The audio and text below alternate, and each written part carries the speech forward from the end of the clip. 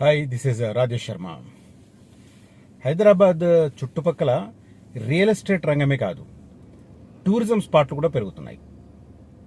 Really I'm telling truth. అంటే మనకు already కొన్ని ఉన్నాయి, ఇప్పుడు కొత్తగా పుట్టుకురావడం ఏం కాదు. టెంపుల్ టూరిజం యాంగిల్లో యాదగిరిగుట్ట లాంటివి, అదే రకంగా అనంతగిరి కానీ, తర్వాత ఇటు తెలంగాణ అరకు అని చెప్పి మనం నాగార్జున సాగర్లో వెళుతుంటే గుంగల్ ఫారెస్ట్ ఏరియాలో లెఫ్ట్ సైడ్ కానీ హిల్ స్టేషన్ ఇట్లాంటివి కొన్ని ఉన్నాయి ఆల్రెడీ. కొద్దిగా డిస్టెన్స్కి పోతే మనకు అటు వరంగల్ వైపు కావచ్చు, ఇటు శ్రీశైలం వైపు కావచ్చు, చాలా ఉన్నాయి. బట్ హైదరాబాద్కు చాలా దగ్గరలో ఒక అనంతగిరి అనేది మనకు చాలా తెలుసు, 80 కిలోమీటర్ల దూరమే. కానీ ఇప్పుడు ఆ అనంతగిరి ఫారెస్ట్ కొత్త రూపును సంతరించుకోబోతుంది. Yes, I will tell you in this video all the details. Tourism గురించి ఎందుకు చెప్తున్నారు, మీరు ఎప్పుడు రియల్ ఎస్టేట్ గురించి చెప్తారు కదా అని చాలా మంది అంటారు. But both are inter related. ఎక్కడైతే టూరిజం ఉంటుందో ఆ ఏరియాలో కూడా రియల్ ఎస్టేట్ బాగా పెరుగుతుంది. అందుకే నేను ఇప్పుడు ఈ మాట ఎందుకు చెప్తున్నానంటే, మనకు చేవెళ్ల వైపు, మోయినాబాదు చేవెళ్ల వైపు బికాస్ ఆఫ్ 111 జీవో అంత ర్యాపిడ్ పెరుగుదల లేదు. చాలా మంది సెలబ్రిటీస్కు, సినిమా ప్రముఖులకు, స్పోర్ట్స్ ప్రముఖులు, తర్వాత రాజకీయ నాయకులకు, బిజినెస్ మ్యాన్లకు వాళ్ళకి ఎక్కువ ఫామ్ హౌస్లు ఉన్నాయి. అక్కడ అడగోలుగా సంపాదించిన వాళ్ళు ఎకరాలు కొని ఒక ఫామ్ హౌస్ పెట్టుకొని దాంట్లో ఎంజాయ్ చేయడం అనేది కొన్ని సందర్భాలలో ఆ ఎంజాయ్ వికటించి రేవ్ పార్టీలు దర్శకెళ్ళి పోలీస్ కేసులు, డ్రగ్ కేసులు ఇవన్నీ కూడా మనం చాలా చూసాం చేవెళ్ల ఏరియాలో. కానీ రియల్ ఎస్టేట్ రంగం మాత్రం అటువైపు అనుకున్నంతగా పెరగకపోవడానికి కారణం 111 జీవో. ఇది అందరికీ తెలిసిన నగ్న సత్యం, నిష్ఠుర సత్యం కూడా. ఇప్పుడు అనంతగిరి హిల్స్ అనేది వికారాబాద్ దాటిన తర్వాత మనం 8-9 కిలోమీటర్లు పోగానే ఉంటుంది అనంతగిరి హిల్స్. ఎక్కడైతే ఈ మూసీ నది జన్మస్థానంగా అందరూ భావిస్తారో ఆ ప్లేస్. గుట్టల మధ్య చాలా చూడ చక్కగా ఉంటుంది. నేను one and half year back కూడా కాలేదు, అంటే మన సెప్టెంబర్కి 1 year అయింది. ఇది ఒక 2 నెలలు కొట్టుకుంటే 14-15 months బ్యాక్ వెళ్ళొచ్చాం మేము ఫ్యామిలీతో. సో ఇట్లా అనంతగిరి హిల్స్ చాలా మంచి అట్రాక్టివ్ ప్లేస్. దాన్ని టూరిజం యాంగిల్లో డెవలప్ చేయడానికి గత ప్రభుత్వాలు కూడా ప్రయత్నం చేశాయి. హరిత రిసార్ట్ పెట్టడం కానీ ఇట్లాంటివి ఏర్పాటు చేయడం, తర్వాత వసతులకు ఏర్పాటు చేయడంతో పాటు ఫుడ్ వాటికి సంబంధించి ఏర్పాటు చేయడం, కొంత సెక్యూరిటీ యాంగిల్లో కూడా అటవీ శాఖ నిర్ణయాలు తీసుకోవడం, దానికి తోడు అనంత పద్మనాభ స్వామి టెంపుల్ కూడా ఉంటుంది.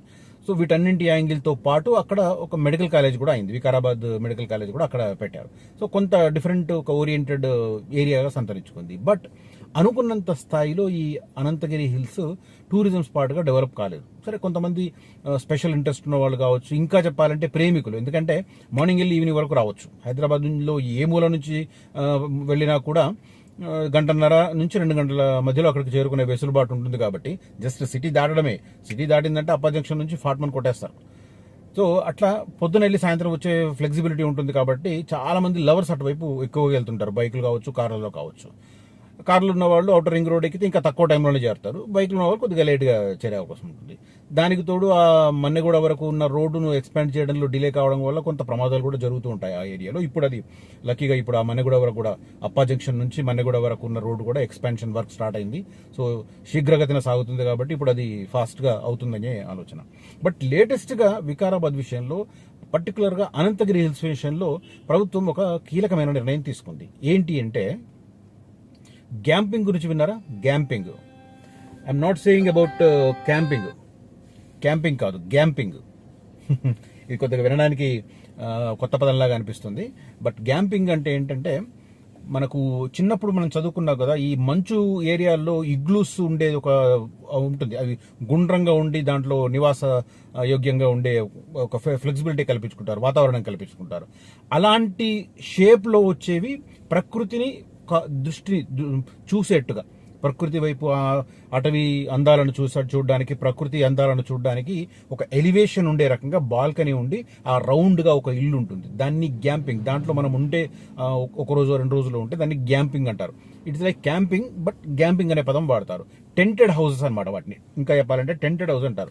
టెంటెడ్ హౌస్ రూపంలో ఏర్పాటు చేస్తారు. దానికి ముందు బాల్కనీ రూపంలో ఉంటుంది. బాల్కనీ దగ్గర చైర్స్ కూర్చోవడానికి, సిట్అవుట్ లాగా కూర్చోవడానికి అట్లా బాగుంటుంది. సో ఆహ్లాదం, మందల పట్టిన వాళ్ళు మందు వేసుకొని కూర్చోవచ్చు, లేదు ఫ్యామిలీతో వెళ్ళిన వాళ్ళు మంచి కాఫీ, టీలు, స్నాక్స్ పెట్టుకొని అట్లా కూర్చోవచ్చు. ఆ ప్రకృతి అందాలను, అటవీ అందాలను చూడడానికి ఒక వెల్ డిజైన్డ్ ప్లేసెస్ అనమాట. అలాంటివి ఇప్పుడు ఈ 18 ఎకరాలలో అనంతగిరి హిల్స్లో నిర్మించాలని చెప్పి ప్రభుత్వం తలపెట్టింది.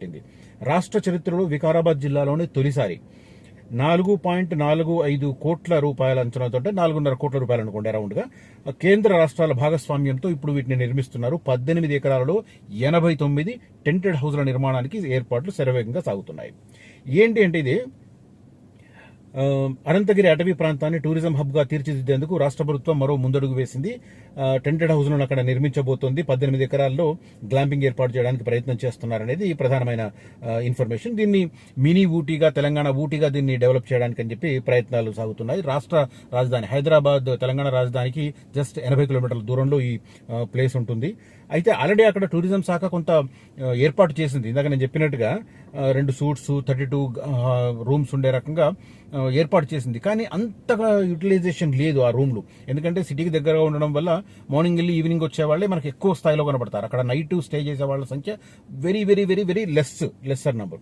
సో ఇప్పుడు దాన్ని మార్చి ఒక గ్లాంపింగ్ లాగా ఏర్పాటు చేయడానికి అని చెప్పి ఇప్పుడు ఈ టెంటెడ్ హౌస్ ని కన్స్ట్రక్ట్ చేసే ప్రణాళికను రచించింది. దానికి అనుగుణంగా ఏర్పాటు చేయబోతున్నారు. ఒక్కొక్క హౌస్ నిర్మాణానికి 4 నుంచి 5 లక్షలు ఖర్చు అవుతుందంట. బాగున్నాయి, చూడడానికి కూడా బాగున్నాయి. ఇందాక నేను చెప్పినట్టుగా ఒక బాల్కనీ లాగా ఉండి రౌండ్ షేప్ లో ఉంటుంది ఇల్లు లాగా. నైట్ స్టే చేయడానికి, మార్నింగ్ అవర్స్ కానీ ఈవినింగ్ అవర్స్ కానీ ఆ ప్రకృతి అందాలను తనివి తీరా చూసి ఆస్వాదించడానికి చాలా ఫ్లెక్సిబుల్ దాంట్లో ఉంటుంది. దీనికి సంబంధించి అయితే ఒక టెంటెడ్ హౌస్ లో ఒక బెడ్రూమ్, అటాచ్డ్ బాత్రూమ్, కిచెన్ ఉండే రకంగా ప్లాన్ చేస్తున్నారు. టూరిజం శాఖ దీనికి సంబంధించి ఇప్పటికే కొన్ని నమూనాలను ఫైనలైజ్ చేసింది. 4-5 లక్షల బడ్జెట్ తో పూర్తయ్యే నమూనాలను ఎంపిక చేసింది. అనంతగిరికి మరింత పర్యాటక శోభ వచ్చే రకంగా దీన్ని ప్లాన్ చేస్తున్నారు. తెలంగాణ టూరిజం పాలసీలో భాగంగా ఆల్మోస్ట్ 15,000 కోట్ల రూపాయల ఇన్వెస్ట్మెంట్ ఎక్స్పెక్ట్ చేస్తోంది గవర్నమెంట్ టూరిజం రంగంలోనే. దానికి అనుగుణంగా ఈ మార్పులు చేర్పులు చేసి 2025 నుంచి 2030 మధ్య ఆ ప్రాంతాన్ని ఒక డెవలప్ చేయడానికి ప్రయత్నాలు సాగుతున్నాయి. సో ఇదంతా నేను ఎందుకు చెప్తున్నానంటే, ఇందాక నేను బిగినింగ్ లో చెప్పాను, both are inter related. Tourism and real estate or inter related. ఇప్పుడు మనం గోవా తీసుకోండి. గోవాలో చాలా మంది హైదరాబాద్, బెంగళూరుకు సంబంధించిన వాళ్ళు అక్కడ ఇన్వెస్ట్ చేస్తారు. సూట్స్ ను ఇన్వెస్ట్ చేసి ఆ సూట్ ని అక్కడ మెయింటైన్ చేయడానికి లోకల్ ఒక మేనేజర్ని పెట్టుకొని దాని మీద వచ్చే రెవెన్యూలో అతనికి కొంత షేర్ ఇచ్చేసి మిగతా వాళ్ళు తీసుకుంటుంటారు. అలాంటి డెవలప్మెంట్లు జరిగిపోతుంది అనమాట. ఇప్పుడు ఇక్కడ కూడా ఇలాంటి ప్లేస్ లో గనక అవకాశం ఉంటే మనం ఇన్వెస్ట్ చేసి దాన్ని మనం టూరిజంకి అనుగుణంగా ఏదైనా ప్రాజెక్ట్ లాగా డెవలప్ చేస్తే దాని మీద రెగ్యులర్ ఇన్కమ్ రావడానికి కూడా స్కోప్ ఉంటుంది. సో అలాంటివి ఎంకరేజ్ చేయడానికి కూడా ప్రభుత్వం ప్రణాళిక రచిస్తుంది. ఈ 25 to 2025 నుంచి, ఇంకా 4 రోజులు అయితే మనకు 2025 స్టార్ట్ అవుతుంది. 2025 నుంచి 30 ఈ 5 years మధ్యలో ఈ డెవలప్మెంట్ జరిగే రకంగా ప్లాన్ చేస్తున్నారు. దీనికి అనుగుణంగానే పర్యాటక విధానాన్ని రేవంత్ రెడ్డి గారి ప్రభుత్వం రూపకల్పన చేస్తుంది. దానికి అనుగుణంగా పోతుంది. ఇక ఫైనల్ గా నేను అనంతగిరికి సంబంధించి కొంత అంటే ఇంపార్టెంట్ చెప్తాను. అనంతగిరి పర్యాటక అందాలకు నిలవు. కొండల్లో ట్రెక్కింగ్ చేస్తే ఆ అనుభూతే వేరు. ప్రకృతి ఒడలో సేద తీరున్నట్టు ఉంటుంది. వికారాబాద్కు 10 కిలోమీటర్లు, నగరానికి, హైదరాబాద్ మహానగరానికి 80 కిలోమీటర్ల దూరంలో ఈ కొండలున్నాయి. గుహలు, కోటలు, ఆలయాలు ఈ ప్రాంత ఔన్నత్యాన్ని చాటుతాయి. అడవి అందాల మధ్య 1300 ఏండ్ల చరిత్ర గల అనంత పద్మనాభ స్వామి ఆలయం ఆధ్యాత్మిక శోభను పంచుతుంది. మూసీ జన్మస్థానాన్ని ఈ అడవుల్లో చూడొచ్చు. అంతేకాకుండా పచ్చని పంట పొలాల్లోకి కోటిపల్లి రిజర్వాయర్ కూడా ఆ ప్రాంతంలో ఉంది. ఆ తర్వాత అనంతగిరి నుంచి ఒక 20 కిలోమీటర్లు వెళితే కోటిపల్లి చెరువు అందాలను చూడొచ్చు. వికారాబాద్ నుంచి 10 కిలోమీటర్లు వెళితే దామగుండం అనే ప్లేస్ వస్తుంది. ఇవన్నీ కలిపి ఒక టూరిజం స్పాట్ గా చేస్తున్నారు. 3 ప్లేస్లను కలిపి, దామగుండం అండ్ కోటిపల్లి చెరువు ప్లస్ అనంతగిరి హిల్స్ ని. కాబట్టి అటువైపు వెళితే ఇవన్నీ కలిపి చూసే రకంగా ప్లాన్ చేసుకుని వెళితే ఒక 2 days, అంటే ఇవాళ మార్నింగ్ వెళితే అవన్నీ తిరిగేసి నైట్ స్టే చేసి నెక్స్ట్ డే అక్కడ అందాలను వీక్షించి సాయంత్రం కల్లా, అంటే 2వ రోజు సాయంత్రం కల్లా హైదరాబాద్ తిరిగి వచ్చే రకంగా ప్రణాళిక రచించుకొని ఒక ఎంజాయ్మెంట్ మూమెంట్, పర్టికులర్ గా వీకెండ్స్ లో ఇలాంటివి ప్లాన్ చేసుకుంటే చాలా యూస్ఫుల్ గా ఉంటుంది. సేమ్ టైం ఇన్వెస్టర్లకు కూడా ఆ సమీప ప్రాంతాలలో ఇన్వెస్ట్ చేస్తే, ఈ టూరిజం కనుక పెరిగితే వారికి కూడా దానికి అనుగుణంగా రిటర్న్స్ వచ్చే అవకాశం ఉంది, రెవెన్యూ వచ్చే అవకాశం ఉంది. సో ఇది వికారాబాద్ వైపు తాజాగా జరగబోతున్న డెవలప్మెంట్, వచ్చే 5 సంవత్సరాల్లో జరగబోతున్న డెవలప్మెంట్. అనంతగిరి హిల్స్ ను టూరిజం స్పాట్ గా చేయబోతున్న నేపథ్యం ఒకటి. అదే రకంగా ఈ అప్పా జంక్షన్ నుంచి మన్నెగూడ వరకు దాన్ని హైవేను ఎక్స్పాండ్ చేస్తున్నారు. సో ఆ రూట్ లో కూడా శరవేగంగా వెళ్లే అవకాశాలు కూడా మరింత మెరుగుపడుతున్నాయి. ఈ 2 అంశాలు వికారాబాద్ వైపు కూడా కొంత రియల్ ఎస్టేట్ బూమ్ రావడానికి సంకేతాలను మనకు ఇస్తున్నట్టుగా కనిపిస్తోంది. సో ఓవరాల్ గా ఇది not only this route, entire Hyderabad ను కనెక్ట్ చేసే అన్ని జాతీయ రహదారులు కావచ్చు, కీలకమైన రూట్లు. నేను 2 days బ్యాక్ ఒక 5 రూట్లు అని చెప్పాను. కొంతమంది దాని మీద సెటైర్లు వేస్తున్నారు. హైదరాబాద్ ను కలిపే హైవేలు ఉన్నాయి. హైదరాబాద్ కు ఎంట్రీలు ఎగ్జిట్లు కలిపి మొత్తం 9 రూట్లు ఉంటాయి. 9లో 7 మనకు జాతీయ రహదారులు కనపడతాయి. అయితే వీటిని అన్ని వేరువేరుగా చెప్పలేం. ఇప్పుడు విజయవాడ పూణే నుంచి స్టార్ట్ అయ్యి మనకు జహీరాబాద్ నుంచి సంగారెడ్డి నుంచి హైదరాబాద్లో ఉంటాయి. అటు విజయవాడ వైపు వెళ్ళి మచిలీపట్నం వరకు వెళ్ళేది మనకు 65 నెంబర్.